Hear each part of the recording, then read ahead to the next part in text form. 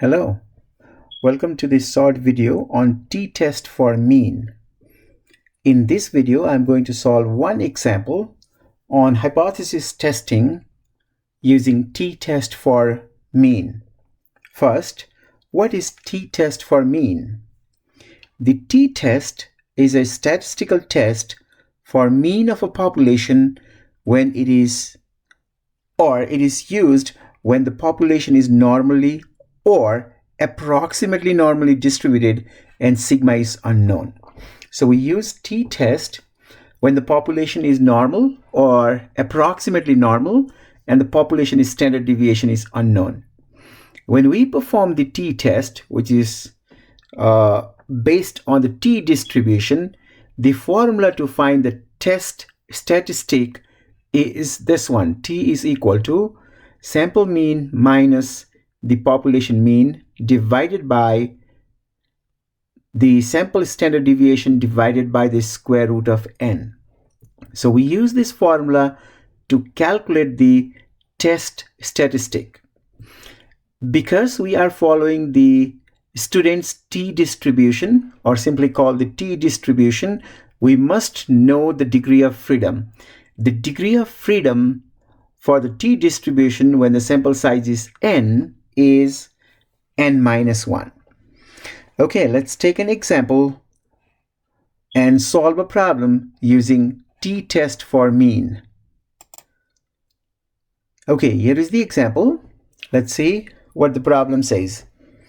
A researcher found that a cigarette smoker smokes on average 31 cigarettes a day. She feels that this average is too high. She selected a random sample of 10 smokers and found that the mean number of cigarettes they smoke per day was 28. The sample standard deviation was 2.7. At alpha equal to 0.05 or 5% significance level, is there enough evidence to support the claim? Okay, so here, let's see what is given. The first thing is, researcher found that the cigarette smoker smokes on average 31 cigarettes a day. So the mean is 31. But she feels that this average is too high. So she is saying that the average is less than this because she thinks that the 31 is high. So she thinks this is less. Mean is less than 31. So that is her claim. Now based on this, we can write our null and alternative hypothesis. Null hypothesis always contain equal to sign. So this first one is the null hypothesis and this one is the alternate hypothesis. So once we know the null and alternate hypothesis, we can see that she selects a random sample of 10 smokers, so a small sample size, and the sample standard deviation is also given. Meaning of that is we can use the t-test over here. So let's find that test statistic using the formula, which is t equal to x bar, the sample mean, minus the population mean divided by sample standard deviation over the square root of sample size, which is equal to x bar. The sample mean was 28 minus the population mean is 31 divided by sample standard deviation was 2.7 over the square root of sample size. The sample size is 10. So divided by 10, which is equal to, let's calculate this using our calculator. So first I'm going to use the fraction bar here. So alpha, y, and then enter. In the numerator we have 28 minus 31. In the denominator we have 2.7 divided by the square root of 10, which is equal to negative 3.5136. Okay, negative 3.51 3/6. So that is the second step. First step, we set up the null and the alternate hypothesis here. And using the information about the sample, we calculated the test statistic. Now what we are going to do is, our third step is to calculate the p-value.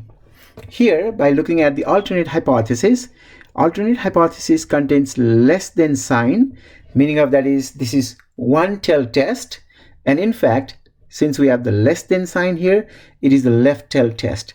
So let's draw our t distribution. Okay, this is my t distribution.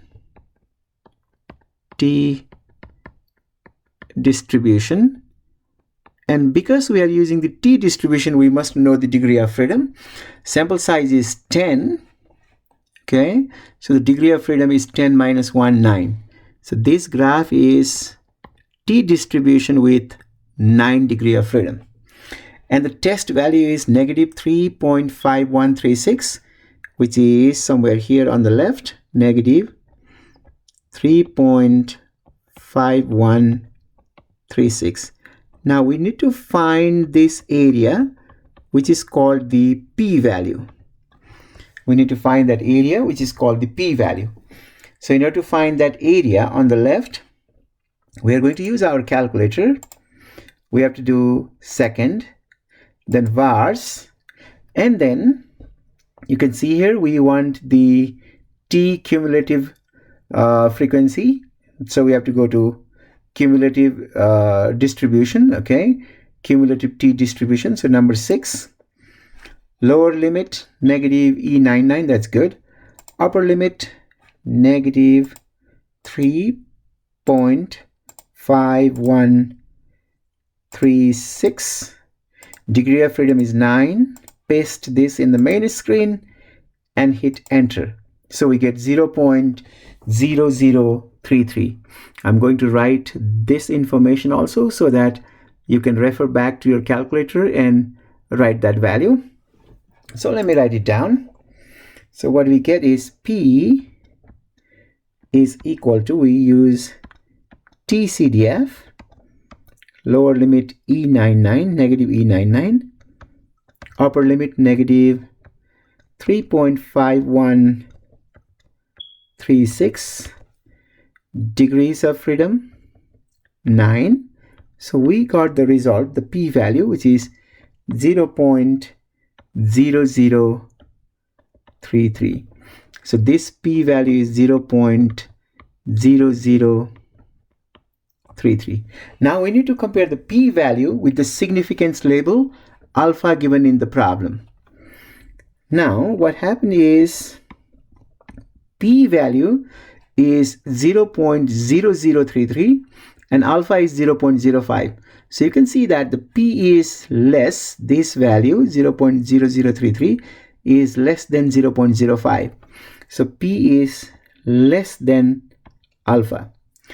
So we know that if the p is less than alpha, we reject the null hypothesis. So meaning of that is we reject the null hypothesis. We reject null hypothesis.